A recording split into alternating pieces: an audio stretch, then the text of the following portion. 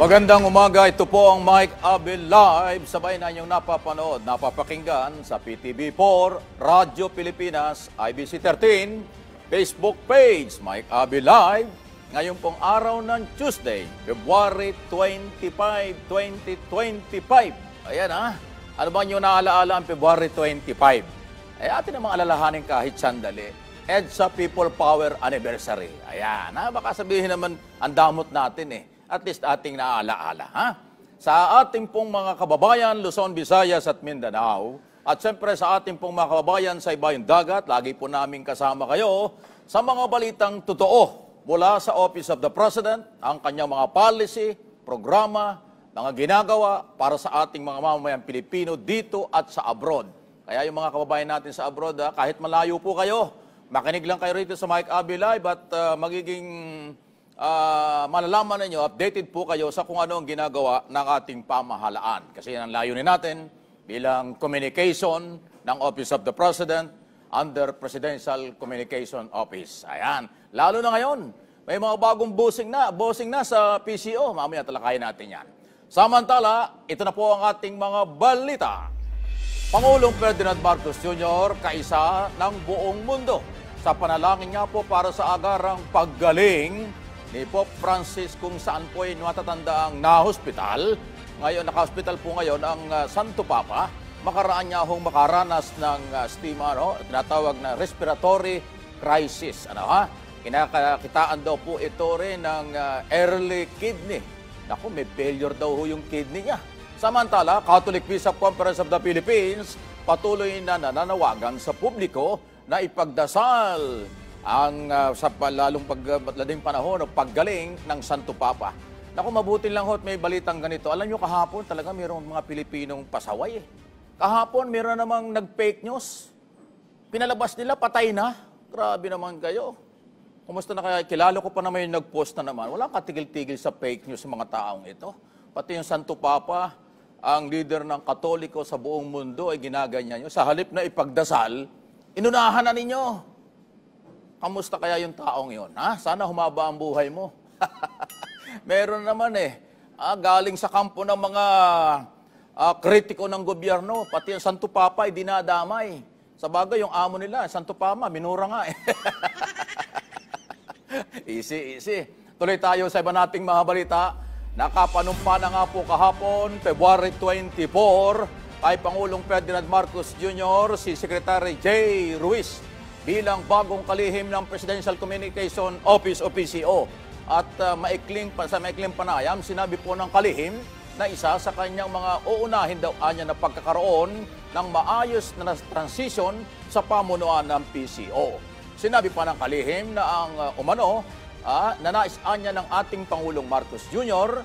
na maiparamdam sa publiko nang nasa likod nila ang gobyerno, palalakasin din ang bagong pamunuan ng PCO ang paghahatid ng impormasyon at pagpapabatid sa publiko ng mga programa ng national government para sa mga Pilipino. Bukod dito, tututukan din ang paglaban sa fake news. Ayan Naku, napanood ko kahapon. Lalo na po yung press conference ni Undersecretary Attorney Claire Castro. Ma'am, good morning. At salamat, Mr. President. Ako, bago itong iba nating balita, matagal ko nang hinihiling At sinasabi ko, mga radyo, television, at maging sa aking mga social media account, na sana maglagay ang Pangulo ng meron tapang, talino, at lakas ng loob para labanan ng fake news. Labanan ng mga kritiko ng gobyerno ng mga below the belt ang ginagawa. Eto, naglagay na nga po, 3-in-1, broadcaster, lawyer, vlogger. Attorney Castro, Undersecretary ng PCO. At siya yung Malacanang press officer. Kaya hindi man siya spokesman ang dating, pero gano'n ang mangyayari. Siya ang magpapaliwanag laban sa fake news. Sila ang magiging mukha ng Pangulo para labanan sa maling mga impormasyong ipinalalabas ng kampo ng mga Duterte. At kahapon, sinampulan na niya.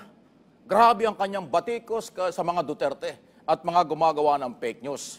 Kaya salubong ang kilay ng mga DDS kahapon at magpapatuloy yan. Abangan! Congratulations, Mr. President. naglagay ka ng isang taong nangangailangan at kailangan ng iyong administrasyon. Suportahan ng Mike Abilab yan, sigurado. Tuloy sa ating mga balita, Philippine Ambassador to US, Jose Manuel Romualdez, kinumpirma na hindi kabilang ang nasa $336 million na tulong daw ho ng Amerika sa modernization ng military dito sa ating bansa. Doon sa tinatawag na US Foreign Aid. Chris, yung pagkakahold ng US Aid. Ayan, hindi tayo kasali. Ang galing naman. Ituturing naman po ito ng embahada na ang desisyong ito ay isang mahalagang resulta ng pagsisikap ng ating bansa na matamo ang magandang alyansa sa Estados Unidos at nagpapakita rin anya ng malalim na ugnayan ng gobyerno ng Pilipinas sa administrasyon ni President Trump. Isipin mo, halos sa buong mundo, yung US aid, hinold. Hindi ilalabas ni Trump ang US aid, $1 billion yan sa marami mga bansa sa mundo. Tayo hindi sinali. Tuloy ang maliligayang araw natin at susuportahan ng Amerika. Ayan, iyak na naman dito mga pro-China. Iyak na naman dito ang anti-Marcos. Yung mga kritikong baliktad ang kaisipan at walang pagmamalasakit sa Pilipinas. Kasi ang kanilang inaasahan, si Donald Trump daw ay kakampi sa kanila. Saan ka naman nakakita? Wala namang presidente ng Amerika na kumampi sa oposisyon. Lagi ang kakampihan niya ng incumbent president dahil yung interes ng magkabilang panig, yung kasintigas ng bakal na relasyon ang paninindigan. Kaya itong nangyaring ito, hindi nyo napansin, sunod-sunod yung positibo. Hindi tayo kasama sa USAID na ban. Tapos yung noong FATF na tungkol doon sa laban sa mga money laundering at terrorism, inalis na rin tayo doon. Ibig sabihin, matino na, tumitino na, nagiging positibo na ang ating gobyerno under President Marcos. Yan ang totoo. Sinang-ayunan naman po ni La Union Congressman Paolo Ortega nga po ang pahayag ng Executive Secretary Lucas Bersamin na isang one-man fake news factory ang dating Pangulong Duterte. Ito anya ay matapos niyang sabihin na nagiging diktador si Pangulong Marcos Jr. Puna pa ng mamabatas kapag humingi ng pananagutan sa mga, o humingi ng pananagutan daw sa mga pinagkakalat ho na maling impormasyon ay magdadahilan anya ito ng joke or biro lang ang mga ito. Ayan naman ho, sakit eh. Kaya nga sabi kahapon ni Undersecretary Castro, joke ba yan? Political statement ba yan? Kasi daw si Duterte, sinabi ngayon, bukas babaguhin. Sasabihin makalawa, sunod na araw, iba na naman. Ano ba yan? Dala ba yan ng ano ba ang ibig sabihin nito? Pinaglalaroan kayo? Ay, ito na naman, pinapatulan na siya. Pinapatulan na po ang ating dating Pangulong Duterte sa kanyang mga pinagsasabi kasi enough is enough. Sobra na kasi. Sobra na. Napuno na po ang Malacanang, napuno na rin ang Kongreso at iba pang mga nagmamalasakit at nagmamahal sa ating administrasyon ng mga batikos personal, below the belt, wala sa lugar, unprofessional na mga batikos galing sa kanilang kampo. Naloko na. Palau President Suguel Whips Jr. nakipagpulong nga po kay Pangulong Ferdinand Marcos Jr. kahapon sa Malacanang. Nakita natin ito, red carpet talaga. February 24, bilang bahagi ng 2 araw na official visit nito sa bansa. Sa bilateral meeting ng 2 leader nga po, binigyang diin ng Pangulo ng Palau na ang kontribusyon ng Pilipinas sa ekonomiya sa Palau daw po ay sa mamagitan na rin anya ng OFW, mga nagtatrabaho sa nasabing bansa. Ayan yan ang relasyon eh. Sa kaugnay na balita, 3 Memorandum of Understanding o MOU ang pinirmahan daw ng Pilipinas at ng Palau kasabay ng official visit sa bansa ng Palau President. Ayan congratulations. Red carpet na sinalubong kahapon. Kabilang sa mga nilagdaan, ito na pala yun. Kasundo ay tungkol daw sa fishing cooperation, diplomatic, note, para sa study visit sa pagbibigay daw ng technical support ng Palau official at stakeholder daw at kasunduan sa nagtatakda ng isang mekanismo para po sa mga kagawaran at ugnayan ng panlabas ng Pilipinas at ng Palau. Para Litan din daw ho ng nagpalitan daw po ng mga pananaw pa rin tungkol sa bilateral at regional cooperation. Ayan o. Alam nyo, hindi gaanong maraming Pilipino doon sa bansang yon, pero yan po yung policy ni Pangulong Marcos. Lahat ng head of state, lahat ng malaki o maliit, anumang bansa sa mundo, kinakaibigan ng ating Pangulo. Very professional ang approach ng ating Pangulo. Kaya nire-recognize talaga siya. Wala siyang pinipiling kakaibiganin. Di katulad ng iba dyan, iisang bansa ang kaibigan. Sino yan? Bahala na kayo. Okay? Yung iba minumura, yung iba kinakaibigan. Pero wala namang nagawa sa pagsasamantala ng China sa West Philippine Sea. Kanlurang dagat ng Pilipinas. O, tinagalog ko na kasi yung ibang congressman ayaw maniwalang merong West Philippine Sea. Sino yon? Sino? Delikado talaga, ha? Ang daming sablay. Tuloy ang ating mga balita sa umagang ito. Pero bago po ang lahat, bago yung ating ibang mga balita, mamaya po ay ating bisita rito, isa po sa magiting na cabinet secretary ni Pangulong Marcos, na from day one hanggang sa huli, hanggang sa kahuli-hulihan, hindi po ito aalis sa Marcos. Kahit anong mangyari. Ano ha? Kilalang-kilala ko ito sa matagal-tagal na rin panahon. Makakausap po namin mamaya, live, dito po sa Mike Abby Live, si Secretary Larry Gadon. Mamaya po, antabayanan po ninyo. Patikim lang yan. At marami ho siyang sasabihin at ako rin marami rin itatanong. Lalo na ho sa issue ng impeachment kay Inday. Ano bang nangyari dyan? Titingnan natin kung ano ho mga papahayag dito. Anyway, tuloy tayo sa iba nating mga balita. Kahapon po ay formal lang ipinakita, presenter daw ho, ni Secretary Jimmy Bautista. Ayan, ibig sabihin, inilipat na kay Secretary Benz Dizon. Kilala ko itong mamang ito. Maswerte itong mamang ito. Ha?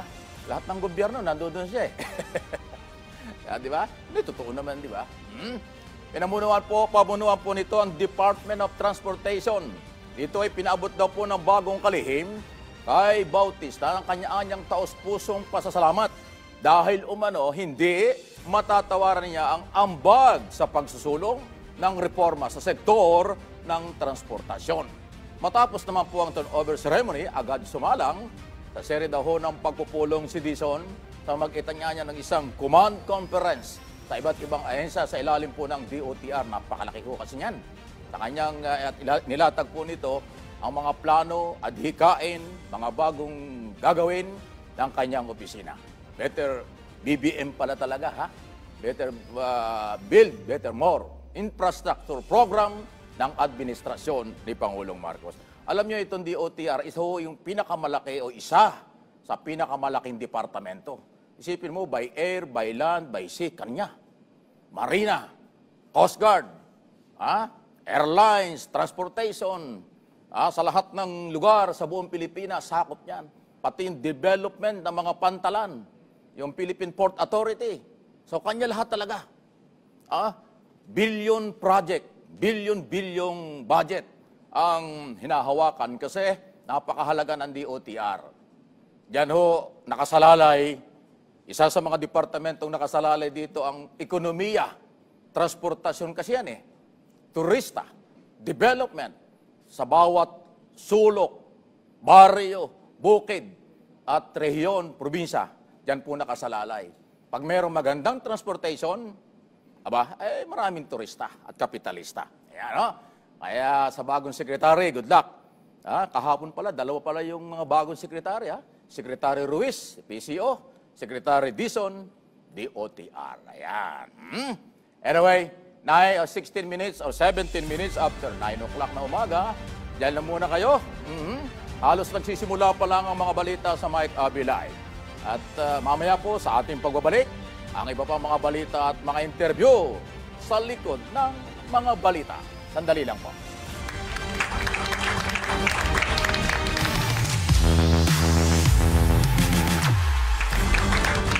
Ito na po yung aking binabanggit kanina na ating pong makakasama ng live at alam mo yung trabaho niya kaya ho napakahalaga ng oras niya dahil hindi naman kaila sa atin. Nakatutok siya dun sa level ng mga mamamayang nangangailangan ng pagmamahal at kalinga mula sa Office of the President. Kaya nga yan ang kanyang hawak, yung kahirapan at hindi naman natin makakaila, hindi naman tayo pwedeng magplastikan, meron pa talaga. na mahihirap na Pilipino dahil kahit naman saang bansa may mahirap. Kalaban nyo, mayamang bansa tulad sa Canada, sa Amerika, walang mahirap. Hindi marami din pinapakain doon sa downtown, nakapila ng almusal at tanghalian. Ang lalaking tao. Dito sa atin, marami pa rin ganyan, pero hindi maiwasan yan. Tinutukoy ko po si Secretary Larry Gadon at actually, hindi lang yung kanyang trabaho ang ating pag-uusapan dito. Pero unahin ko yun, siyempre, dahil ngayon ay bagong taon, 2025. Secretary, magandang umaga po. Magandang umaga, Mike, at maraming salamat at ako'y naimbitahan mo dito sa iyong napakagandang programa. Ay, salamat po. At karangalan namin na makasama ka namin. Pero alam nyo, hindi naman po bago. Si Secretary Gadon, taga dito rin sa PTV4, every Friday. At ngayon, mamaya pag-usapan din natin siya. Meron siya yung kanyang oras, na-adjust ng bahagya. Na bagay sa inyo, prime time sa ilalagay. Bago kayo matulog, siya muna inyong mapapanood. Pero bago yan, Secretary, ano bang plano mo ngayong 2025? Ano ba ang specific kung meron mga order si Presidente? Kasi sabi ko nga, yung mahihirap, hindi natin pwedeng ikaila, meron pa talaga. Meron pa talagang mahirap, kaya lang malaki na ang nabawas doon sa percentage ng mga mahirap na kababayan natin. As a matter of fact, dahil gumanda ang ating ekonomiya under President Bongbong Marcos, ay nag-increase talaga ang ating employment rate. Ang latest na datos natin noong 2024 December ay 96.1% ang employment rate. This is the highest in 2 decades. Wow. Oo, 20 years. Yung ating ekonomiya ngayon ay mas mabuti pa ang kalagayan kumpara doon before pandemic. So umangat pa tayo ngayon. As a matter of fact, yung ating growth of 5.8% na GDP growth ay sang-ayon sa World Bank is the second fastest economy growth in Asia. So hindi kami nagsasabi nito, kundi yung World Bank. At nabanggit mo kanina na ang ating mahal na Pangulo ay nakikipagkaibigan sa lahat. Yes, Hindi siya namimili. Alam mo ba na yung dati na tinutulog siya doon sa kanyang mga biyahe, inuna niya nang binisita yung mga Southeast Asian countries, no? Kagaya ng Malaysia, Vietnam, Thailand, Singapore. Yan, alam mo ba yan ay nagsanhi ng napakalaking epekto, benepisyo sa atin dahil nag-increase ang ating RCEP, yung Regional Comprehensive Economic Program, na kung saan ay ang mga bansa na binisita niya ay nag-increase ng kanilang import ng ating mga produkto. Yan din ang reason kung bakit na ang ating industrial sector ay muling sumigla. Kaya nga nagkaroon ng maraming trabaho. Ayun. Bago siya nagpunta sa malalayong lugar. Oo. Okay, alam mo ba na dito pa lang sa RCEP na naging benepisyo natin, diyan sa mga binisita niyang lugar, ay nagtumaas ang ating exports ng anywhere from 7% to 32%. Tsaka ang ganda niyan, Secretary, napapansin ko rin yan na nirespeto ni Pangulong Marcos ang mga kapitbahay nating bansa. Bago siya nagpunta ng Europe, bago siya nagpunta ng Amerika, ng Canada, o kung saan man, inuna yung kapitbahay natin. Kaya tayong dalawa, halimbawa, ang kapitbahay tayo, pagka mas madalas ka doon sa kabilang baryo, magtatampo ko, pero ako hindi mo ko gaano pinupuntahan, di ba? Ito yung ginawa niya. So, kaya ang daling na kumbinsi na tayo tulungan at magnegosyo sila rin. Kaya nga ang ginawa ng mga bansa na yan ay in-increase nila yung kanilang pagbili ng mga produkto natin. Yes, galing. So, yan ang dahilan kung bakit kahit na hindi lang yung World Bank, kahit nga si Secretary Recto sinasabi niyang papunta na tayo, naka-take off na talaga. At saka maganda itong nangyari na nawala tayo doon sa gray list. Correct, yung FATF. Financial. Maganda niyan, papasok ang mga investments lalo. Naging problema kasi natin yan, yung proliferation of POGO during the time of former President Duterte, kung saan lumago yung mga POGO, na turn off dyan yung mga investors kasi nagkaroon ng malawakan na paglalabag doon sa AMLA. Kasi yun ang purpose mo niya. Sa buong mundo, nagkaroon po ng ganyang klaseng batas. Tayo gumawa rin, sabihin ganyang policy. Pero ngayon, ang latest nga dyan, tayo po ay inalis na. Ibig sabihin, ang Pilipinas ay tumino na. May pinagtitiwalaan na walang money laundering. Walang international financial community. Walang maduming pera na galing sa terorista, galing sa kung ano mang sindikato. Yun ang maganda, kaya positive. Tsaka yung kababasa ko lang balita, ang maraming bansa sa mundo, hinold ni President Trump yung USAID. Oo. O, ay, nakita mo tayo. Ay, sa atin, hindi. O, tayo, hindi pala yung sinama. 336 million US dollars, ibibigay hindi pa kasama, rin. ibibigay Okay, pa rin tamo, yun. iyak na naman dito ang kabilang bako. Lagi sinasabi nila, kakampi daw nila yun eh. Di ba? Anyway, Secretary, ganito, dahil itong lahat ng pinag-usapan na ito tungkol sa ekonomiya, positibo ito doon sa departamento mo o doon sa opisina mo dahil ikaw yung nakatutok sa mahihirap. Oo, talagang ginagawa natin yan. As a matter of fact, Mike, Okay. napakahusay ng ating DSWD Secretary, Rex. si Rex Gatchalian. Yan ay talagang nakatutok yan. At dahil ang kanyang experience ay local executive, Mayor, dati. magaling siyang tumutok sa mga tao. On the ground. In fact, nung huli namin pag-uusap, there are about 43,000 delisted from the 4-piece recipient. Kasi nga, nagkaroon na ng mga trabaho eh. Nagkapera na. Nagkapera na. Correct. At Micah, ang mismong Bankers Association ay nag-report ng increase ng savings ng mga tao. Tumaas ang kanilang income at ang kanilang savings. In fact, mapupunan mo yan sa mga negosyo na kumakalap ngayon. Correct. Oh. And mapupunan mo rin yan dahil na ang Motor Association of the Philippines ngayon ay nagkakaroon ng estimate na mga 40,000 vehicles ang mabibenta nila kada buwan. Kada buwan yan. Kasi nung 2024, ang average is 38,000 vehicles a month.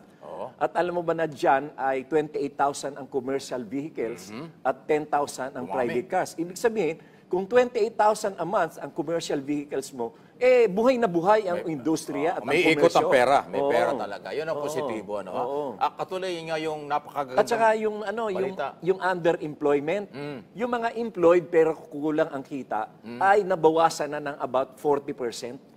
So talagang tumataas ang income Correct. ng mga tao. At saka We are now approaching the upper Yes. middle class income status. Pati nga yung mga binibigyan ng ayuda, naging professional na. Meron ng engineer eh. Oo. Di ba? Meron na hindi na kailangan ng ayuda. Na tinulungan ng gobyerno, nag-aral, panalo. Oo. Nakapasa sa mga kung ano-anong exam ang pinagdaanan nila. Oo. Ngayon, Marami professional. ganyan. Marami Yun na nga eh. napag-graduate ng Galing, ating galing. mga scholarship program. Hindi lang masyadong pinag-usapan ito dahil kasi yung iba puro fake news eh. Speaking of fake news, Secretary, alam ko gigil ka rin dyan. Mukhang ngayon hinaharap na ng gobyerno ito. Mukhang hindi na ito palalampasin. Kumbaga sa puno na ang salop. Enough is enough. Enough Tama is na, enough. paninira sa 2 taon kalahati. Oo. Tama ba yung move ng Presidente? Tama yung move niya na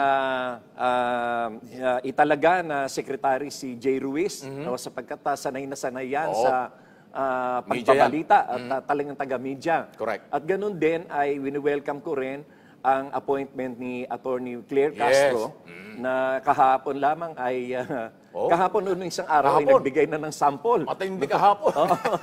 Wala nang patumpik-tumpik. Matindi. Yan ang gusto ko. Yung talagang lumalaban ng pagbibigay ng katotohanan. Sapagkat napakaraming fake news na kinakalat itong Dami. itong ating mga Kritiko. kritiko. Oo. Sabi ko nga, description nga, 3-in-1 si Attorney Claire. Alam mo Oo. bakit? Broadcaster, lawyer, Vlogger. pagkatapos vlogger. Oo. Alam niya kung saan gagaling ang fake news. Kaya kahapon, tinukoy na niya. Tinukoy niya kahapon, Secretary. Tinukoy niya kahapon kung sinong pinanggagalingan. Yun din ang tinutukoy ni Secretary Bersamin. Secretary Bersamin, Sir, good morning, sabi ni Secretary. One man, fake news factory. Oo. Iisang linya ng dalawa. Isang nga eh. tinukoy. Itong isa tinukoy talaga. Ang lupit. So, Talaga namang fake news ang pinapakalat niya. Una-una, yung sinasabi niya na bangag at adik. Talaga namang saksakan ng fake news yan. Tsaka yung Marcelo, kahapon may bago na naman. Nako. Di naman pwede Alam mo yung ba Marcelo. si Presidente Bongbong Marcos ay walang galit-galit at walang puot wala sa naman. dibdib yan? Tsaka hindi kailangan ng Marcelo eh. Sarap ng may demokrasya eh. Sabi niya kasi doon sa Cebu, maghanda na kayo, magiging diktador, gagayahin yung ama, magmamarsyalo. Yan, kaya sabi ng Secretary Bersamin fake news May na magandang naman sinabi diyan si Senate President Chis yan. Escudero. Isa pa yan. Okay. Sinabi niya, taliwas ito sa sinasabi nila dati. Kasi ang sabi nila, weak president daw. Yun na nga. Tapos ngayon, sasabihin nila, with dictatorial tendencies daw. So, alin na nga. Oo nga, hindi talaga. Hindi ko nga alam kung bakit. Kaya, At sabi pa nga ni Senator Delikado yan. Chis, hindi siya naniniwala dun sa mga sinasabi ni Duterte.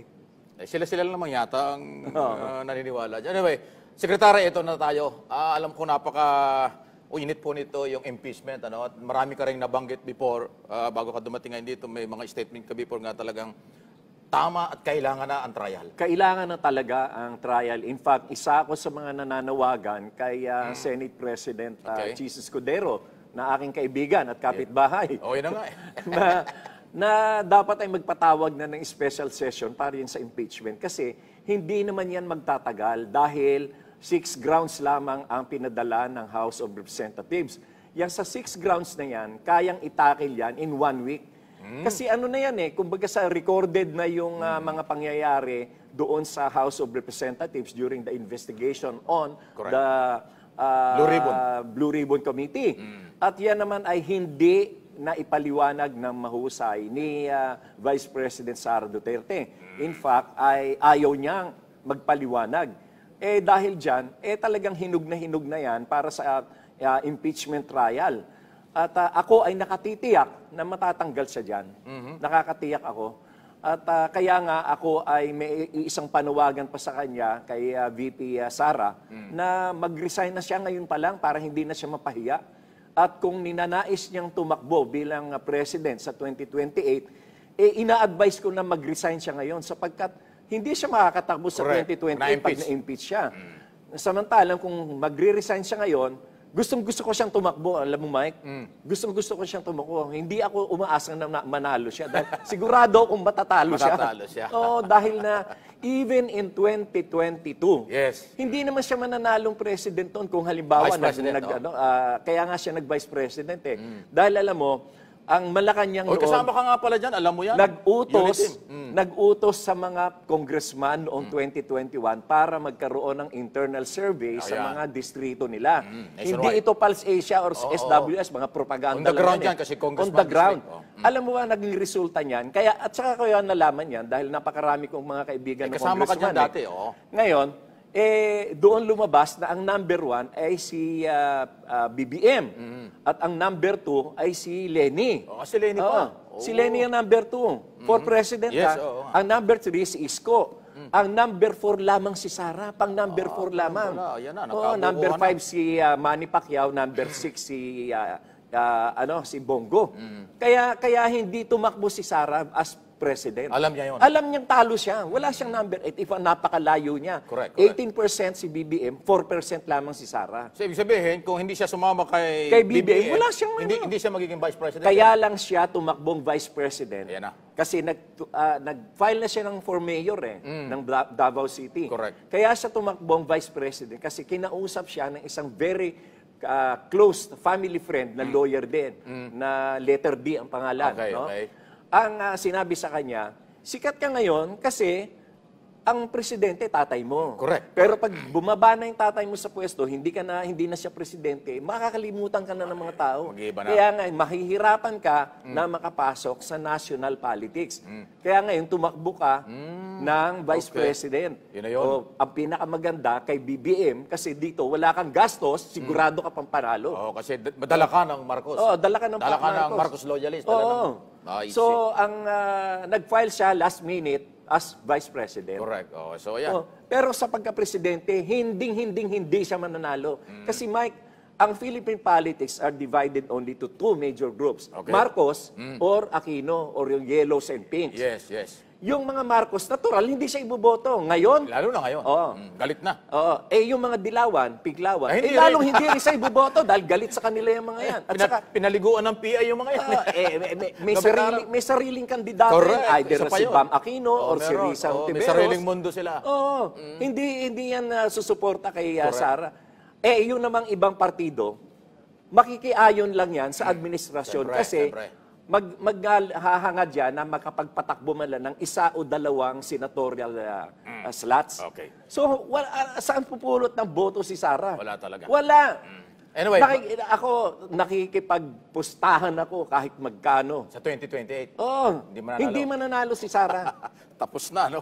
Anyway, ganito, balikan ko lang, Secretary, yung issue sa impeachment. Ano? Sabi mo, 6 or 7 yung article of impeachment. Ay, di ba pwede namang isa o dalawa lang ang Oo, mapatunayan? pwedeng isa.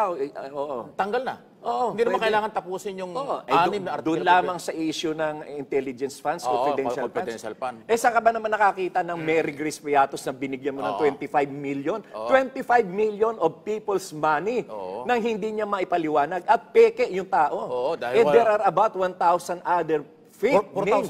4,000. 4,000 na? Oo, naku. Tapos sabi ng Philippine Statistics Authority, yung Mga 1,000, walang birth certificate. yung 1,200, double check nila, walang birth certificate, walang marriage contract, walang death certificate. So, ibig sabihin, multo. Hindi sila tao. Hindi tao.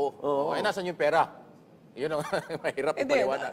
may punto din yung ibang na humihiling ng impeachment eh. Kasi meron siyang ginastos na 125 million in 11 days. Oo nga, Pasko pa naman yun. Alam mo, kahit nga yung PNP, nagsasabi sila, hindi mo kami kaya. na may nationwide na organization. Hindi Hindi mo- namin kayang hindi mo i-disburse kaya. ng 11 days yan. At saka Pasko yun eh. Wala namang, lahat ng tao may pera. Hindi mo kailangan bigyan ng pera pagka yun nga, Pasko. Kasi di ba, December 20 hanggang 31 yung usapan eh. At saka ba't ka magbibigay ng 25 million sa isang tao na peke pa? O ay si Kokoy Villamin. Meron pang Oh, Kokoy yun pa, yun pa. Million din Oo, yun. yun na nga eh. So, doon pa lang, makita mo, doon sa confidential fund, may problema talaga. Oo, yan Sasabit. talaga betrayal of public trust yan. Eh, doon sa issue naman ng naku ito, medyo iba naman ito, yung usapin ng ill-gotten wealth, bank account. Medyo mabigat yan. Mabigat yan. Kasi hindi mo alam kung saan galing yung pera. Oo, yan ay mapipilitan siya ipakita ng kanyang mga bank accounts, Oo, yun na kagaya ng nangyari noon kay... Bilarde. Oo. O tsaka yung kay Sal ni Corona nung araw. Oo. Hindi pwedeng itago yan pagka may Oo, court pagka- order. Oo. Impeachment court order. Oo. Lalabas ng bangko. Kahit na nga hindi na pumunta sa bagay na yun, dito pa lamang sa issue ng confidential sa tagilid. intelligence funds eh. Tanggal niya siya dyan eh. Sigurado. Ikaw, marami kang kaibigan sa Senado, lalo si Chis Isdero, Senate President. Kailan ba talaga sila kailan ba nila uumpisahan? Alam mo, eto naman ay may Sige. mga usap-usapan lamang na nakikiusap yung ibang senador na wag na muna kasi electionist ako eh. Makampanya sila. Mawawalan ako ng boto eh. Ayun. Oo. Hindi, pero kung pag magaling kang Senator Judge, ang gandang publicity niya. Oo, yun. Kasi Ang libre yan sa television, live sa TV, radyo, social media, di ba? Ang gandang publicity niya. Tingnan na lang natin at baka mahilot pa rin naman dahil sige. na parami na ng parami ang nagkaklamor Correct, for impeachment trial to proceed. So, ngayon pa lang, ang tingin mo, guilty. Guilty talaga. Eh, doon pa lang sa House, guilty na eh. Pagka ina-impeach na doon, oo. Kaya etong sa Senate ay formality na Ayan lamang na, yan. oo. Sa bagay, mga kaibigan, alam naman natin, hindi naman fake news ito. Yung kasi mga prosecutor, hindi sila mahirapan dyan. Kasi sila yung nag-produce, sila yung nakadiscover, sila yung hinaras, sila yung nag-imbestiga, kaya nakita nila yung ebidensya. Mapakabigat nun, yung betrayal of public trust. dahil sa betrayal graft of corruption. public trust talaga. Mabigat yun. So, Hindi ko na nga kinukonsider yung grave threats yung pag-i-issue niya ng pagpapatay kay Presidente. pero masama rin yun. Di dapat masama rin yun. mapapatay mo yung presidente, grabe ka naman. Yun- Alam mo sa ibang bansa, huli ka kaagad dyan. Di ba nga yung teacher na nagsabi na papatayin niya si Duterte, kulong agad yun? Hindi, sa Amerika, noong kailan lang, masingit ko lang po. Doon sa Amerika, mayroong isang black yata yun na nag-post sa social media against Trump. Alam mo, hinuli siya, sabi niya, violence threat. Hinuli, kulong. Kuling. Dito sa atin, nagpe-press conference pa eh. Tinatawanan pa yung article of impeachment eh. Wala ko, kunwari, pero bakit sila nag-file ng Oo nga. petition sa Supreme Court PRO daw, for eh. Akala ko- prohibition and certiorari and with prohibition? Akala ko ba, Akala ko ba, baliwala yan. hindi ka takot. Tsaka akala ko handa pala sila magpetisyon para itigil o para pigilan. Hindi pala para Pero harapin. hindi mapipigilan yan kasi, Hindi. Mike, alam mo, sa ating principle of separation of powers Yes, pasok yan. between and among the three major branches of the Depende. government, hindi sila pwedeng makailam sa isa't isa. Oo. Inherent power ng Congress yung impeachment, so hindi yan pwedeng pakialaman ng Supreme Court. Ang linaw-linaw ng impeachment process, Congress at Senado yan. Philippine Congress. Hindi Supreme Court. Ang Supreme Court ay hindi nila gagawin niya kasi In baka fact, kung bastos ako na sa crisis. Supreme Court, I will not even issue a notice to explain eh. nga, oo. Mali pa nga yun eh. Dapat na totally ignore. Oo, parang ganito. Abangan natin, at saka constitutional crisis yan, ha? Oo. Pagka pinakailaman nila ang trabaho ng Dapat ating yan, legislator. i-totally ignore nila yan. Ayan ang kailangan. Anyway, kung wala tayong masyadong oras, Secretary. Baka meron pa akong hindi na itatanong. Ano bang iyong mensahe? At sandali, meron akong naalalang isa. Oo. Di ba 25 ngayon, anniversary? Ikaw ba, meron ba mensahe ka dyan sa 39 EDSA anniversary? Alam mo yung Ano tingin mo EDSA, dyan? Yan, sige. yung EDSA, Naalala ko lang. ano na yan, dapat hindi na talaga Pahinga na. celebrate yan. Dahil na naging sanhi yan ng paghahati ng mga Pilipino. At naging sanhi din yan ng pagiging backward natin. Naging backward ang ating Philippine development ng 50 years dahil dyan. Hindi na asikaso yung ating public transport system, yung ating health system. Maraming nabitin. Maraming nabitin dyan. Kaya wag na dapat inaalala yung February 25 na yan as a People's Revolution. Hindi totoong People's Revolution yan. Napakalalim na istorya niyan at kung bakit na pinatalsik si the late President Ferdinand Marcos Sr. ay dahil dun sa kanyang gustong maging independent talaga ang Pilipinas. So, tsaka sayang, marami sinimulang Ang daming... walang nangyari. Walang nangyari. Ngayon lang natin na-appreciate na kinakailangan Kailangan pala. pala. Alam mo ba na yung Pag-iwanan tayo eh. 7 lines of LRT, Oo. yan ay plano pa ni Presidente Yes. ni Oo. Presidente Senior. Marcos Sr. Oo, ngayon lang In nagkaroon fact, kauna-unahan tayong nagkaroon sa Southeast Asia ng rail system, Yes, ng yes, light oo. rail system. Oo, siguro Yung kung ating LRT1. Siguro kung hindi nga nawala ang dating Pangulo, baka, Kumpleto na sana yan. baka nakahabol na tayo sa yaman ng Singapore. Kasi Oo, kaibigan niya si oo, Lee Kuan Yew, di ba? Oo, hindi lang. Mas mayaman sa natural Oo, resources kasi ang malaki Singapore. tayo. At saka mas malaki. Alam mo yung Singapore, ikasya lang sa isang probinsya natin. Eh, hindi, Quezon City lang ang laki nun. Ang liit lang nun. Pero napakayaman. Oo, Good morning sa mga napakayaman. taga-Singapore. Anyway, so maraming salamat, Secretary. Sa oras mo. Maraming salamat din, Mike, sa pag-iimbita dito sa iyong programa. At alam nyo, basta anytime meron lang mga gusto natin pag-usapan na pwede ka naman dito. By the way, bago tayo maghiwalay ngayon, meron yung program mo, iba ng oras nga pala, pag-plan mo. Baka hanapin ka eh. Magiging, most likely, sa Friday evening na. Hindi gabi nga na. lang kami masyadong sure sa oras. It could be 7 or 8 p.m. Pero gabi na. Gabi na. Oy, prime time yan, bago kayo matulog, habang kayo naghahaponan.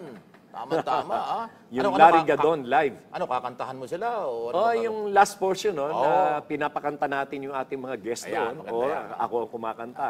Para naman may konting Ayos, kailangan yan. pinagkakalibangan. Saka pagod sa trabaho, pag uwi, alas 7, alas 8 ng gabi, kailangan pamparelax. Ay, ikaw yun. Ikaw yung hahanapin nila. Mga kaibigan, si Secretary Larry Gadon po, ayaw ko na iba pang mga paliwanag, kilalang-kilala naman nyo ito from day one hanggang sa huli. Marcos talaga ito, kahit anong mangyari. Secretary, salamat Yes, po. maraming salamat, Mike. Salamat Mabuhay po. ka. Mabuhay Mabuhay po kayo. ang Mike Abe Live. Thank you. Mga kaibigan, ako po ay muling magbabalik. Diyan lang muna kayo. Marami pa tayong mga balita at pagtalakay sa ilang sandali.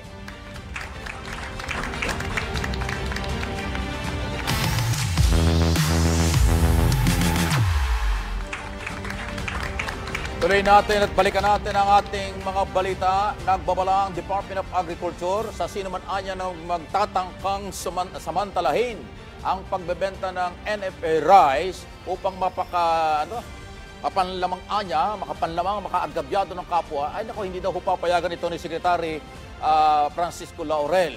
Ipadadakip, pahuhuli niya ang mga otoridad, ang mga sasandalian niya na merong makakarating sa kanyang mga sumbong o report hinggil sa pagpapataas ng presyo ng mga murang bigas. Ibig sabihin, merong magsasamantala. Huwag naman yung samantalahin, pagkain ng mga Pilipino yan eh. Sinabi nitong pinapayagan naman nila anya ang mga negosyante na bumili ng kababaang ng NFA rice o halaga ang presyo nito para naman ibenta. Subalit, hindi anya ito dapat tubuan ng malalaki o ng malaki. Samantala, sinabi po ni Metro Manila Council President San Juan City Mayor Francis Zamora na ibubulgar na ipaupaubaya nila sa mga local government unit kung paano at magiging diskarte ng mga ito sa pagbebenta ng NFA rice. So, ayan po. Warning yan. Babala. Huwag niyo samantalahin mga negosyante. At dahil ito ay food security program ni Pangulong Marcos, kailangan mababang presyo. Huwag kayong tubong lugaw, tubong tama lang. Negosyo, business is business. Kailangan kumita kayo, pero huwag naman sobra, Dahil sikmura ng mga Pilipino ang nakataya at gutom pagka walang mabiling murang bigas. Ayan. Malacanang itinanggi ang aligasyon ni dating Pangulong Rodrigo Duterte na ibinenta umano, eto na yon, ni Pangulong Marcos Jr. ang gold reserve ng bansa. Pahayag naman ng Bangko Sentral ng Pilipinas at nilinaw nito na hindi ginagamit ng anumang paraan ang gold reserves ng bansa. Inihayag pa ng Bangko Sentral na ang kabuuang Gross International Reserve or GIR ng Pilipinas, kabilang anya dito ay ang ginto ay eksklusibong hawak ng pamahalaan nila. Okay? Ibig sabihin ng pamamahala nila. Ito ay upang anyang mapanatili ang katatagan at kakayanan ng piso sa foreign exchange at tugunan ang anumang inaasahang pangangailangan sa foreign currency ng Bangko Sentral ng Pilipinas. Hindi ng Gross International Reserve ay hindi anya ginagamit para sa ibang mga layunin maliban sa pagtugon sa forex requirements ng bansa. Paliwanag pa ng Bangko Sentral, kapag anya nagbenta ng ginto at nakalikom ng pondo ay bumabalik anya ito at nanatili sa GRI gaya umano ng iba pang mga central bank sa buong mundo. Pinapanatili din anya ng Bangko Sentral ng Pilipinas ang bahagi ng gold reserve bilang panangga sa pabago-bagong presyo ng iba't ibang mga asset sa merkado, alinsunod naman sa basic portfolio daw po ng management principle. Ayan, no? Pero madalit sabi, para mas maiksi lang, ang Bangko Sentral ng Pilipinas ay merong charter yan. Merong exclusive na kapangyarihan yan. Paano pangalagaan ang gold? Paano i-reserve? At paano i-monitor kung paano ang takbo ng kalakalan sa pananalapi ng ating bansa? So pag sinabing wala ng gold, binenta yung gold, fake news po yan, paninira lang yan. Kaya nga sinagot na kahapon ni si Undersecretary Castro maglabas ka ng ebidensya. Puro ka bintang maglabas ka ng ebidensya kung ang Pangulong Marcos ang nagbenta ng gold. Yung pagbebenta ng gold ng Central Bank, parte ng kanilang business yan. Alam nila kung kailan magbebenta, alam kung kailan hindi, at saan pupunta ang pinagbentahan. Hindi po ang Pangulo ang nagbenta niyan. Yan ang sinabi ni Yosek Castro. Tama naman yun. Pero yan po isa na naman sa mga fake news na kung saan nanggagaling yan, alam mo na. Okay? 50 minutes after 9 o'clock ng umaga, pinangunahan po ni Health Secretary Ted Herbosa at Quezon City Mayor Joy Belmonte ang clear-up drive sa Barangay Batasan Hills kahapon. Kasabay ito na ang mga hospital anya ng panlunsod ay tinatawag na Alas 4 Contra Mosquito Campaign. Aba, Alas 4 Contra Mosquito Campaign ng lunsod. Makakasama din po nakasama din ng kalihim at ang iba pang mga kinaukulan, ang pagbabahay-bahay, okay, tao-tao, paghimok ko sa mga residente na ugaliin regular ang paglilinis ng kanilang kapaligiran. Kamakayan lamang anya idiniklara ng Quezon City Government ang dengue outbreak dahil anya sa pagtaas ng kaso ng mga nagkakasakit. Minamatay na nga sa dengue. Ang Barangay Batasan Hills District 2 ay may pinakamaraming naitalang kaso ng dengue. Sa datos naman po ng Department of Health, nakapagtala din ng mataas na kaso ng dengue ang NCR Region 3 at saka Calabarzon. Sandali, lumabas na pala ng Metro Manila. Calabarzon ang lawak niyan. Region 4A at saka Central Luzon. Ingat po tayo at mapanganib ang lamok na may dengue. Okay. Kasunod ng tagumpay na nakamit anya ng Pilipinas dito sa matagal ng gray list nga po ng Financial Action Task Force. Sinabi po ni Finance Secretary Rap Recto, nakatuon ngayon ang gobyerno para sa road to a status ng bansa. Okay? Ayon kay Secretary Recto, sunod na agenda ngayon ng pamahalaan na itaas ang credit upgrade ng bansa mula ho sa mga International Credit Rating Agency. Ang mas mataas anyang credit rating ay katumbas ng mga favorable lending terms na mas mataas anya sa foreign investment at mas mapapaganda pa ang pamumuhunan dito sa bansa. Di ba? Puro positibo ito. Ang gandang balita nito. Salamat. Ibig sabihin, tayo pinagkakatiwalaan na. Walang maduming pera na umiikot sa Pilipinas. Galing sa mga sindikato. Galing sa mga drug, galing sa terorista. Yun po yung layunin ng batas O nung policing yan eh. Na tayo isinami nung araw, ngayon tinanggal na tayo. Dahil nakukontrol na ng Pilipinas ang pagdaloy ng maduduming pera na dapat labahan ng Anti-Money Laundering Council. Ayan. Okay? So, para malinaw. Okay? So muli, congratulations kay Secretary J. Ruiz at saka ho kay Undersecretary Claire Castro. Ang kanilang tandem ngayon na sila po ang magiging bungad. Sila po ang haharap sa maraming mga masasalimuot na iso para itama, i-correct ang mga impormasyon sa kapakanan ng mamayang Pilipino dito at sa abroad. Tamang-tama ang hugot ni Pangulong Marcos, lalo na ho kay Undersecretary Castro. Mabuhay ka. Kasama namin sa broadcast yan, vlogger na, abogado pa.